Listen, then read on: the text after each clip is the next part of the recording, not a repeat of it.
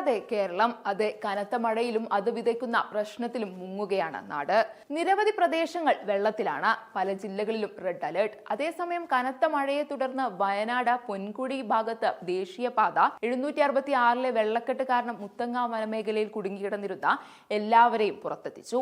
വനമേഖലയിൽ കുടുങ്ങിയ 500ഓളം പേരെയാണ് രക്ഷപ്പെടുത്തിയത്. കനത്ത മഴയ്ക്കിടെ ആയിരുന്നു പോലീസിന്റെയും ഫയർഫോഴ്സിന്റെയും രക്ഷാദൌത്യം. KSRTC ബസ്സുകൾ, ലോറികൾ, കാറുകൾ ഉൾപ്പെടെയുള്ള നിരവധി വാഹനങ്ങളിലായി 500ഓളം പേരാണ് വനമേഖലയിൽ ഉണ്ടായിരുന്നത്. വയനാട് രാത്രി മഴയുണ്ടായിരുന്നെങ്കിലും രാവിലെ ശമനമുണ്ട്. വയനാട്ടിൽ 682 കുടുംബങ്ങളിൽ നിന്നായി 2281 പേരാണ് ദുരിതാശ്വാസ ക്യാമ്പിലുള്ളത്. കോഴിക്കോട് ജില്ലയിലെ മലയോര മേഖലയിലും താഴ്ന്ന പ്രദേശങ്ങളിലും മഴക്കെടുതികൾ തുടരുകയാണ്. കക്കയം ഡാമിലെ ജലനിരപ്പ് ഉയർന്ന സാഹചര്യത്തിൽ അധിക ജലം തുറന്നുവിടാൻ സാധ്യതയുണ്ട്. കുറ്റ്യാടി പുഴയുടെ ഇരുകരകളിലും താമസിക്കുന്നവർ ജാഗ്രത പാലിക്കണമെന്ന് കളക്ടർ അറിയിക്കുകയും ചെയ്തു. ചാലിയാറിലും ഇരുവഴിഞ്ഞിപ്പുഴയിലും ചെറുപുഴയിലും പൂനൂർ പുഴയിലും ജലനിരപ്പ് ഉയർന്നു.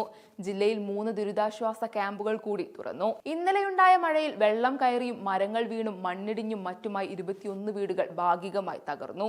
പല സ്ഥലത്തും തടസ്സപ്പെട്ട ഗതാഗതം പുനഃസ്ഥാപിച്ചിട്ടില്ല. വടക്കൻ കേരളത്തിൽ അതിതീവ്ര മഴ തുടരുകയാണ്. കാസർഗോഡ്, കണ്ണൂർ, കോഴിക്കോട്, വയനാട് എന്നീ ജില്ലകളിൽ ഇന്ന് ഓറഞ്ച് അലേർട്ടാണ് പ്രഖ്യാപിച്ചിരിക്കുന്നത്.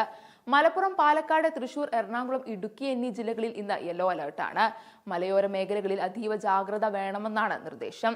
ഉരുൾപൊട്ടൽ, മണ്ണിടിച്ചിൽ, മലവെള്ളപ്പാച്ചിൽ സാധ്യത കരുതിയിരിക്കണം. താഴ്ന്ന പ്രദേശങ്ങളിൽ വെള്ളക്കെട്ട് രൂപപ്പെടാൻ സാധ്യതയുണ്ട്. കേരള തീരത്ത് ഉയർന്ന തിരമാലകൾക്കും കടൽ പ്രക്ഷുബ്ധമാകാനും സാധ്യതയുണ്ട്.